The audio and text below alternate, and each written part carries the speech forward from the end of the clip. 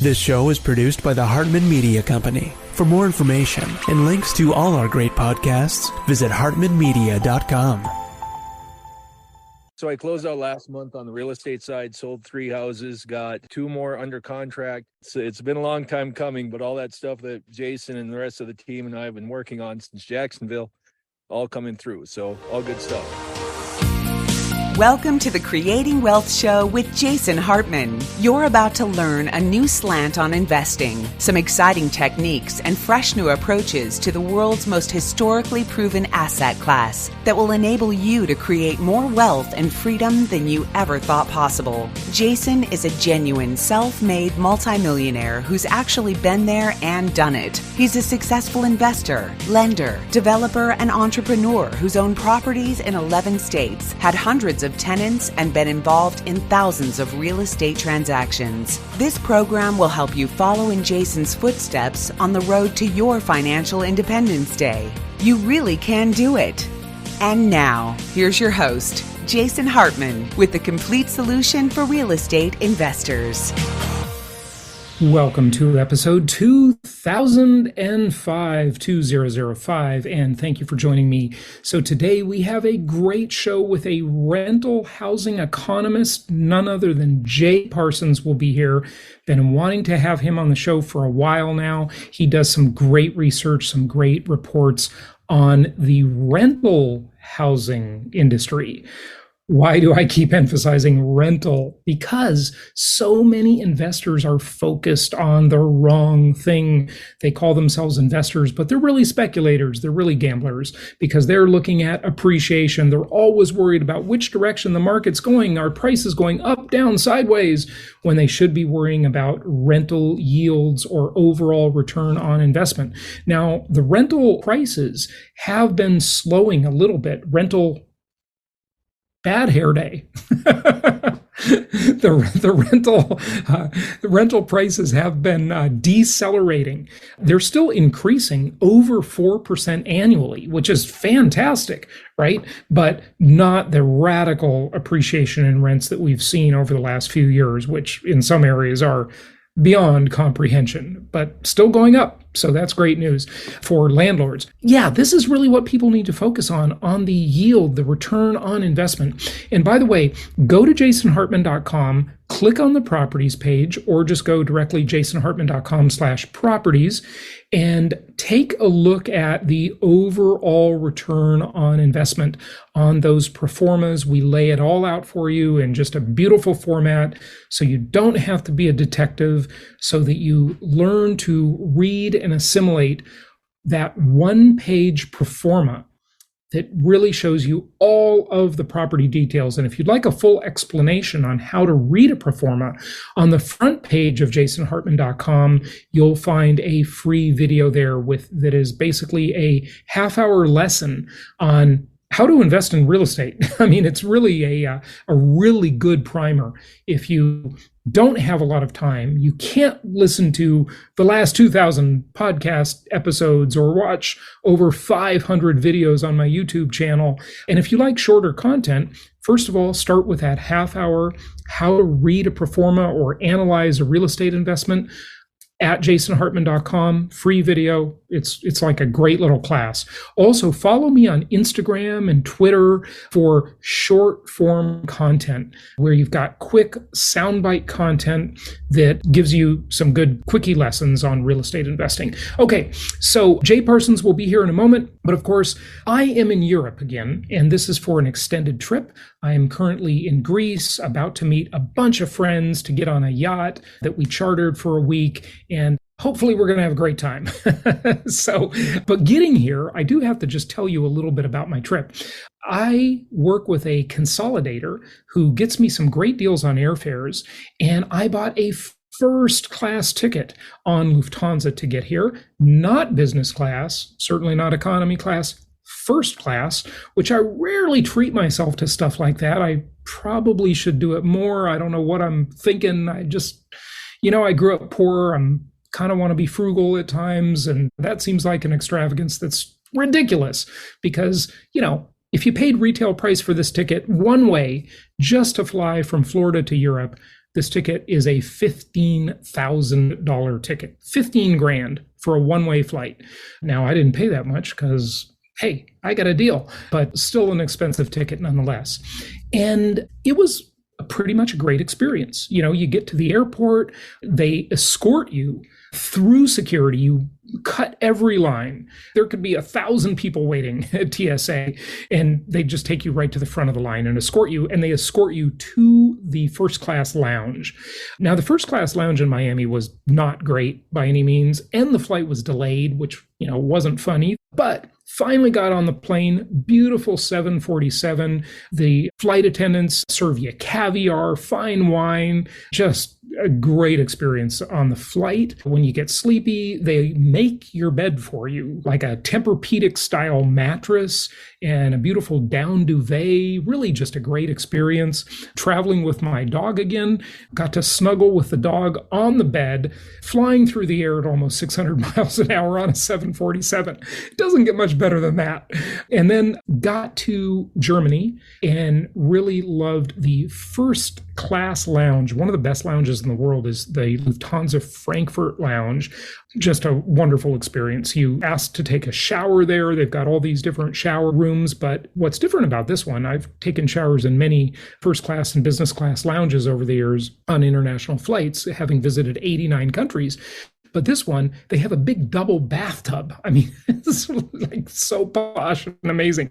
I did not take a bath, but you could have. You could have really just enjoyed a whole bathtub experience there for as long as you wanted, probably. Then after that, I took the dog for a walk outside, came back in, had a beautiful lunch. I mean, just a Dover sole, made to order, not a buffet, just really, really nice experience. And when you're ready to board your flight, you clear security in the first class lounge.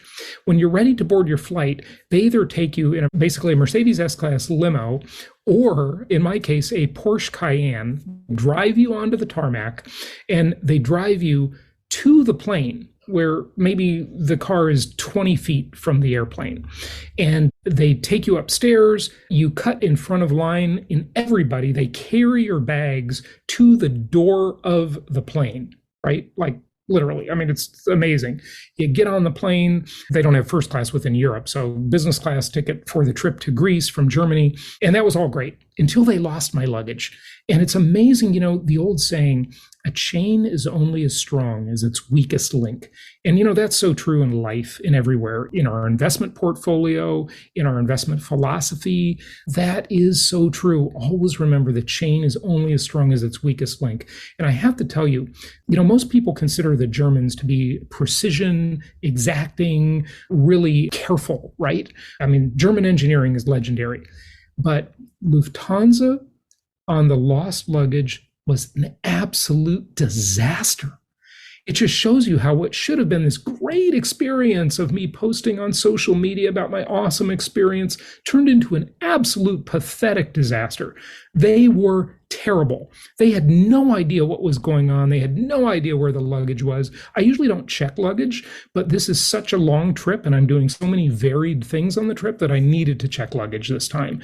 I tell you, I should do a class on travel hacking because after visiting 89 countries and some of them many times over, I'm a pro at this. So for our Empowered Investor Pro or Empowered Mentoring members, if you want me to do like a whole session, one of our sessions on travel hacking, how to get the best deals, how to pack, how to do it, how to just work the system, I'm happy to do it because I'm a pro at this. I've done it so many times. But the lost luggage was an absolute disaster. Lufthansa hiring basically slave labor, boiler room, call center operators that have no clue what's going on, that have very little training, that basically read a script. And when you ask them a hard question, they just hang up on you. I mean, it's unbelievable. Such a bad experience. Really one of the worst corporate experiences I think I've ever had. Can you imagine having a business where, like the airlines in general, you're basically in the business of abusing your customers? I mean, it's shocking. Folks, listen to my old interview with Larry. Is it Larry Winget? He is the guy that's sort of the no BS person. And we have got to stop letting companies abuse us. I mean, it is so shocking. I had a terrible experience with Home Depot last week.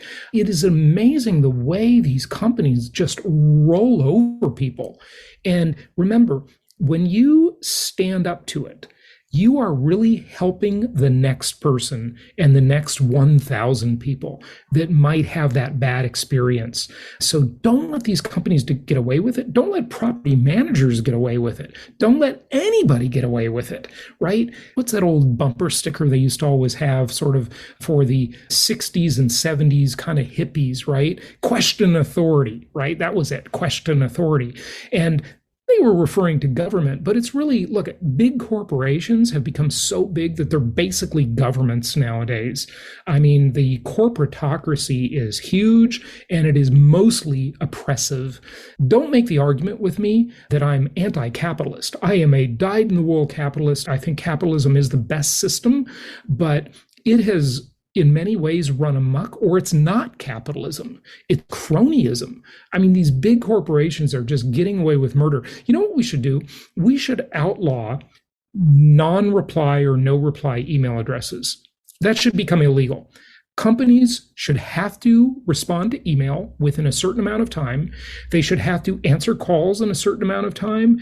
And it would really be nice if they were not allowed to hire boiler room call center people in foreign countries. Think about the jobs that are being eliminated because these companies are so cheap and so greedy. I mean, look, the executives aren't taking a cut in pay, okay? The workers are losing their jobs in the US and Europe and Asia as these jobs are being offshored.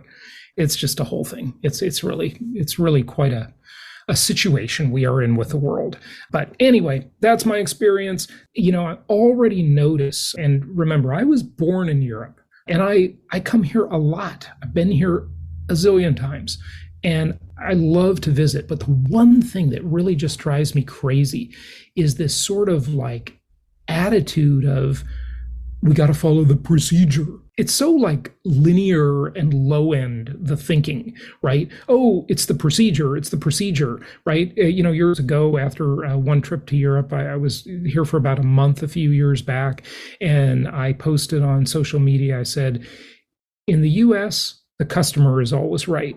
In Europe, the procedure is always right. And, you know, that's certainly not true in the US either, by the way. It's just amazing, folks. Don't tolerate it, okay? When someone rips you off, when a company provides you bad service, when they are wasting your life, when they are abusing you and abusing the system, call them out on it. Okay, call them out on it. Call them out on social media. This is the only thing these rotten companies that just roll over their customers, it's the only thing they respond to is, you know, protecting their reputational currency, right? And it's the only really option we have. That, you know, they know we're not going to sue them, right? I mean, you know, you can't do it. Basically, it's inaccessible.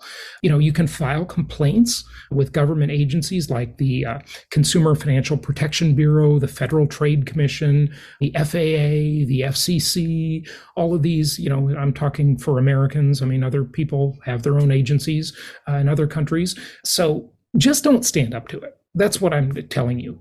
Speaking of weakest links in the chain, right?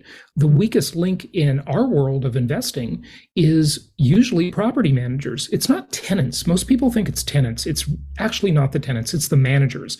And that's why we teach and empower investors to use the hybrid self-management approach. More on that in the Empowered Pro group and the Empowered Mentoring group. Just take advantage of that content because it really empowers you to get a better result with your investments.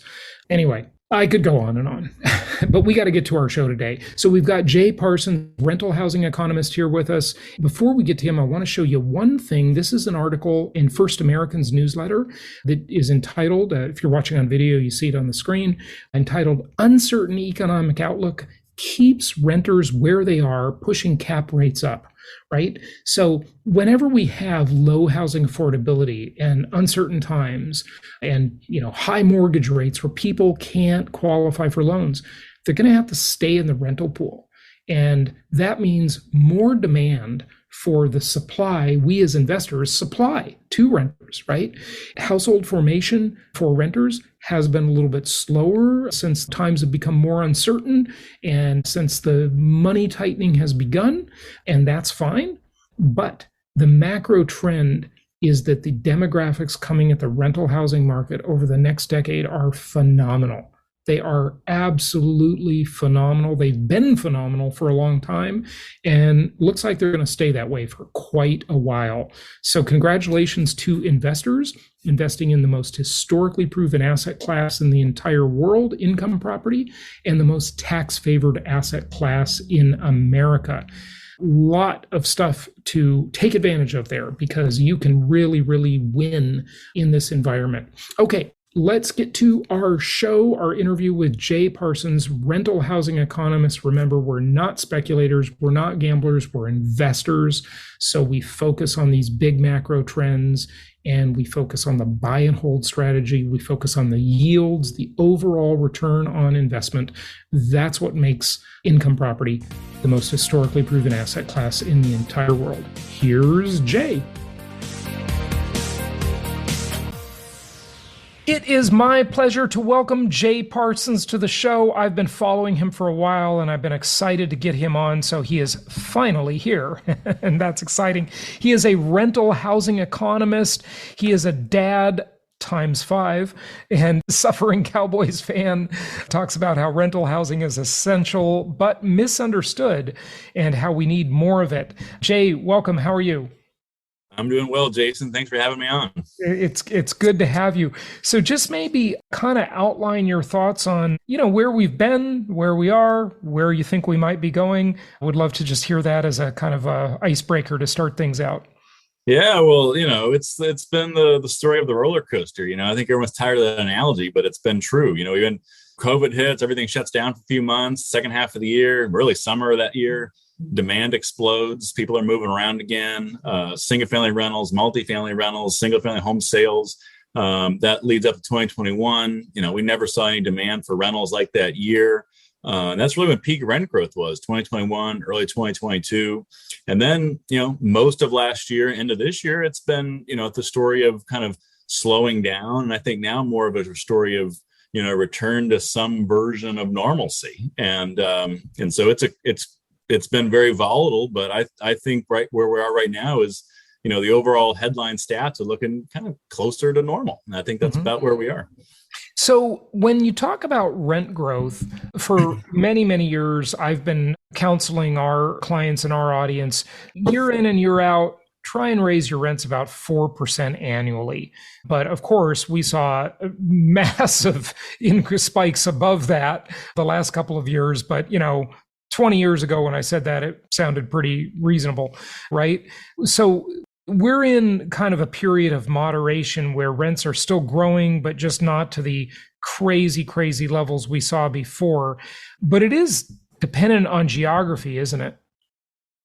Oh, yeah. No, it depends a lot on geography. I think, well, really, again, going back to 2020, early 22, it's kind of this rising tide boosts all ships story where, honestly, it doesn't matter what market you're in. It doesn't matter if you're the worst investor, best investor, the best property manager, the worst property manager.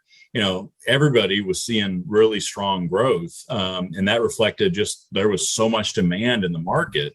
And I think now where we're at is we're seeing much more divergence. And we're seeing some places like in Phoenix and Las Vegas, Sacramento, we're seeing it's really slowed down. In some cases, even rents coming down. In other cases, it's just it's still strong, but just not quite as strong. And there's a lot of stuff in the middle. So it does vary quite a bit. And one I'll point out too is like the Midwest markets have been now all of a sudden some of the best performers because they're just very steady. And I know a lot of investors all of a sudden are getting really excited about the Midwest markets. It's kind of the steady eddies. Yeah, we have always recommended that people invest in these sort of linear markets that are kind of boring. They don't make the headlines that much, but they're just very steady, very reliable markets that I think prudent investors do very well in. Yeah. So that's true. But on the multifamily side, a whole lot of new inventory has hit the market recently, hasn't it? You want to tell us about that a little bit?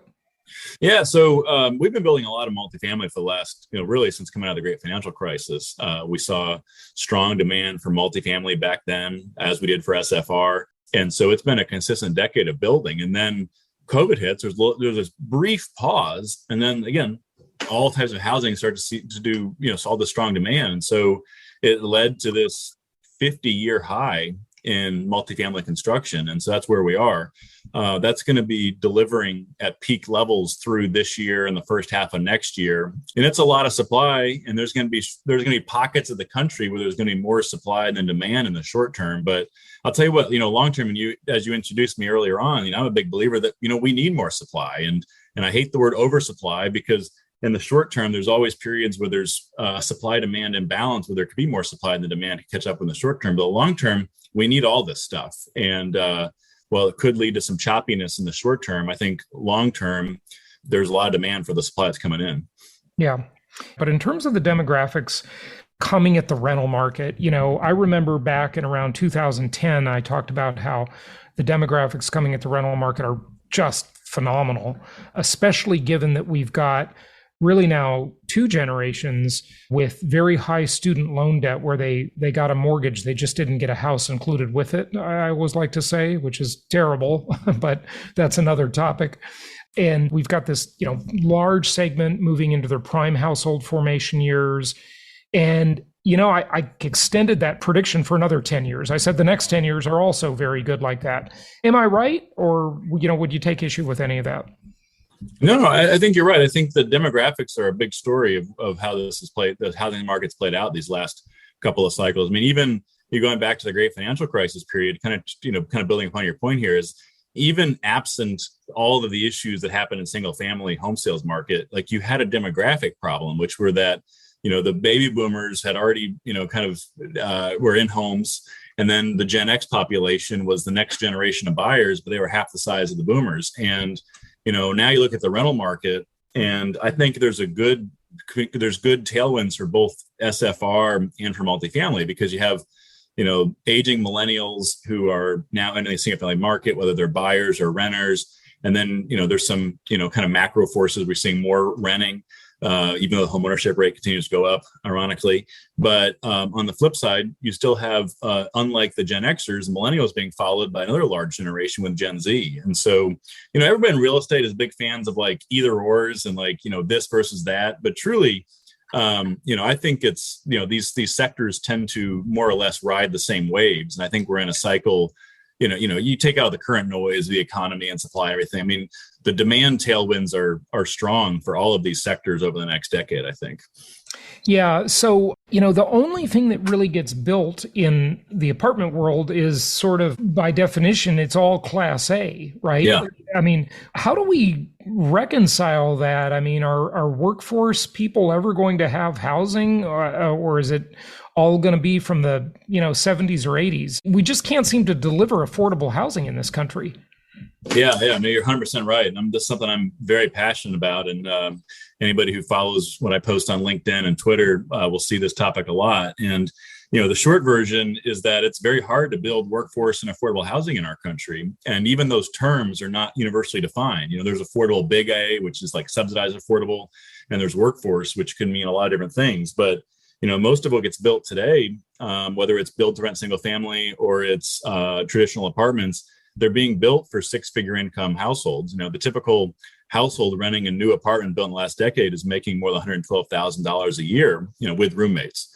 And that's not the median household, right? So the problem, though, I'll tell you, is I talk to a lot of investors and developers, and I'll tell you, I will. Not everybody believes this, but it's the absolute truth. There's so many developers out there, they want to build affordable and workforce housing.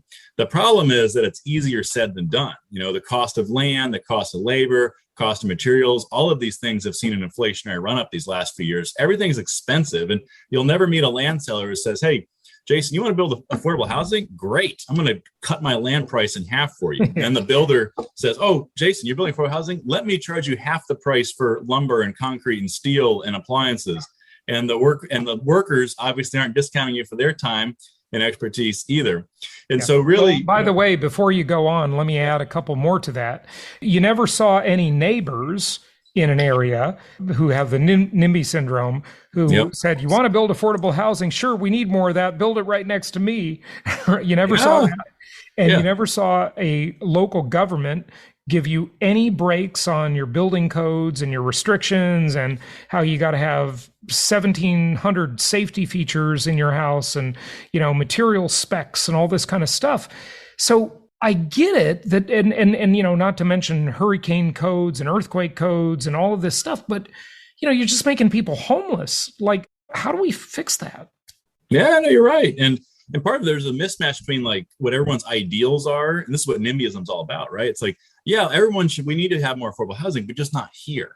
Yeah, not in my backyard. Not in my backyard. Well, that's the definition of NIMBYism. And so everyone's like, well, just build it out where it's cheaper to go. Well, people, that's not where their jobs are. That's not where their families are, their friends are. That's not where their life is. And so it's pretty horrible thing to do, especially in the cities. And so, one reason I love this topic, by the way, is it's not a left or right issue. It's like both sides actually get it really wrong.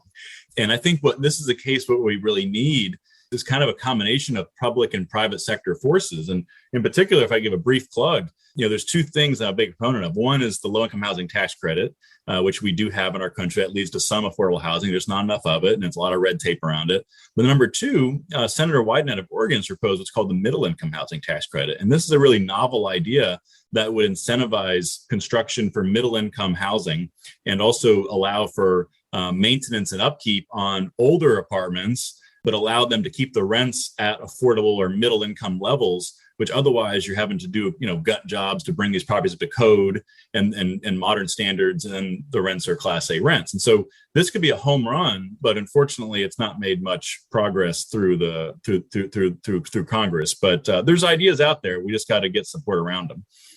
Yeah, it's just unbelievable that you can't build. I mean, I don't know how to say this. I mean, I'm going to say it, and I'm probably going to get trolled for this. But why can't you build a cheap house? I don't want to say a slum, but why can't you build a new house that's cheap, right? Yeah, I mean, there's lots of old cheap houses that we're not tearing down, right? There's lots of old slums, but it's like people are going to live in their cars, or they're going to be like quadrupled up in housing. It's just a kind of a ridiculous sort of situation we're in. It's kind of like a game of chicken, where you go first. Nobody can do it. Yeah, it's bad. And I'll tell you, like in Los Angeles, there was an article recently said it costs about $1 million to build one affordable housing unit.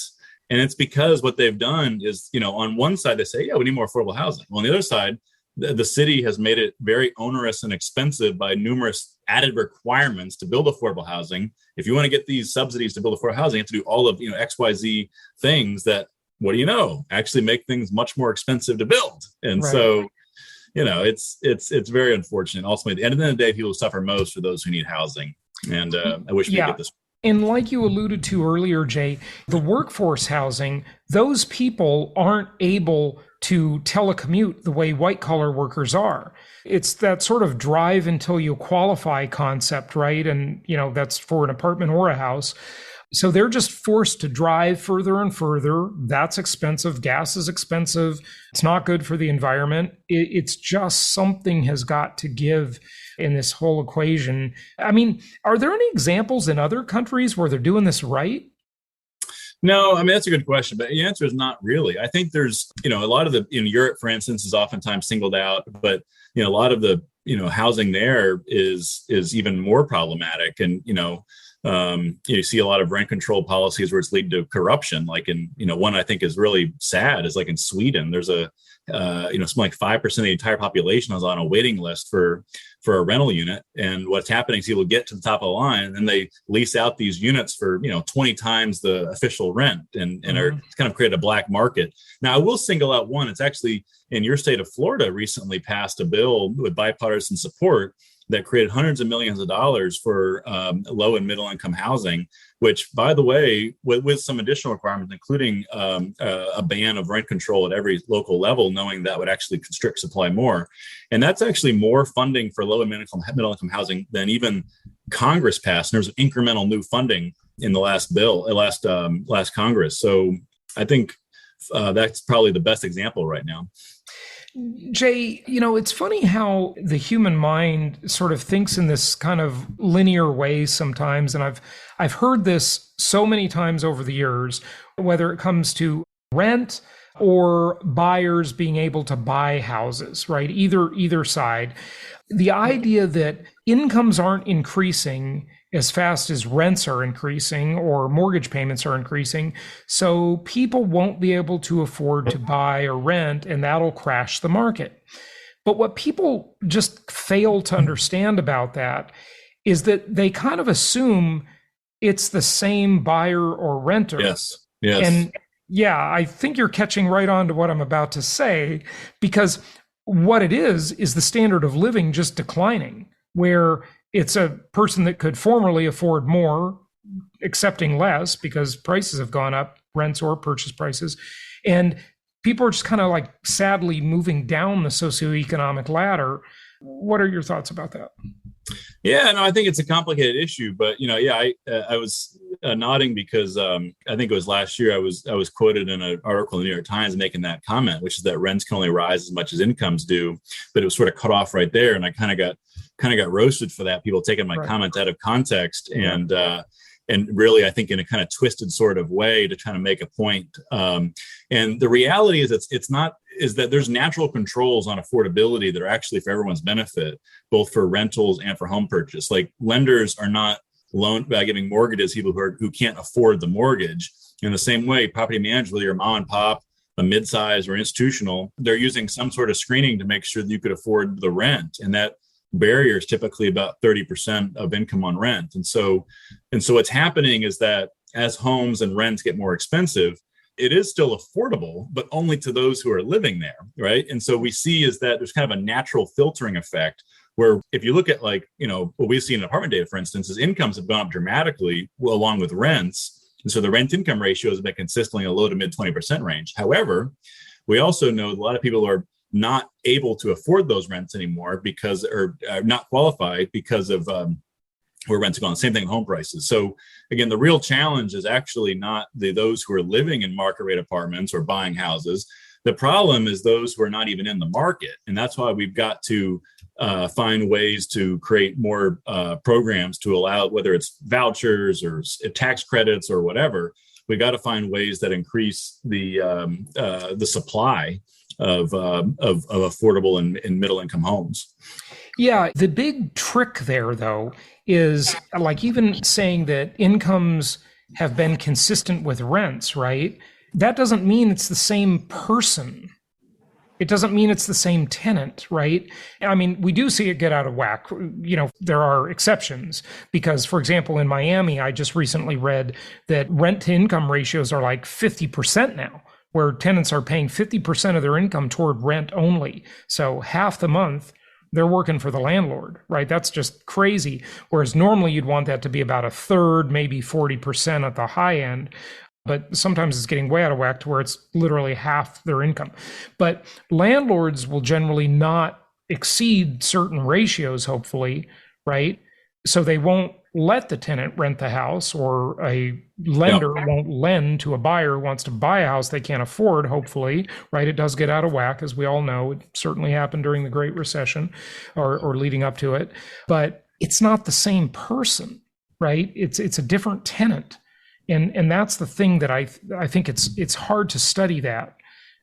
Well, yes and no. I mean, I'll say the same thing, though, about anytime you see a study saying people are spending 50% income on rent, that's not accurate, because what's happening is they're taking median income data from the government, usually. Then they're taking private sector rental data, a company like ours, and they're saying, well, this does not equal that. It's 50%. Well, wait a minute. Like, their median income household is not living in these market rate rentals that are overwhelmingly influenced by professionally managed, more investment institutional grade homes. I mean, your average mom and pop rental in your average affordable housing unit is not actually listed online where someone's surveying that rent, including it in a rent index. And so it's apples and oranges.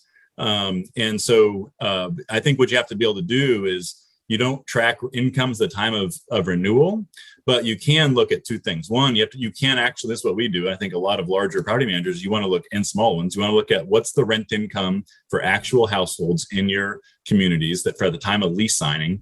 And then you want to look at your rent collection. People still able to pay the rent. And on a national level, and in most markets, we're still seeing rent income ratios for new leases in the low to mid 20% range. And we're seeing rent collections in the upper 90% range. And so that's for the market rate side.